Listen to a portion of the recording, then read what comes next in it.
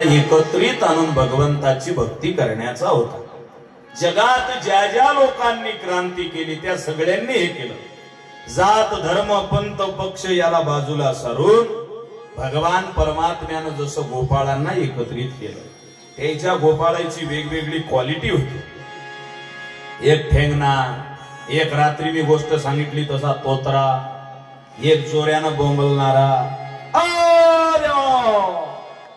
परशा अर्ची आली तसा बोंबलणारा, एक अजिबात न बोलणारा, एक तोतरा बोलणारा, एक वाकळा चालणारा, एक पैशावाला, एक निर्धन, एक आंबट पदार्थ खाणारा, एक गोड पदार्थ खाणारा, एक ऐकणारा, एक न ऐकणारा, असे हजारो गुण असणारे लोक भगवान परमात्म्यानं वाळवंटात मात्र एकत्रित केले।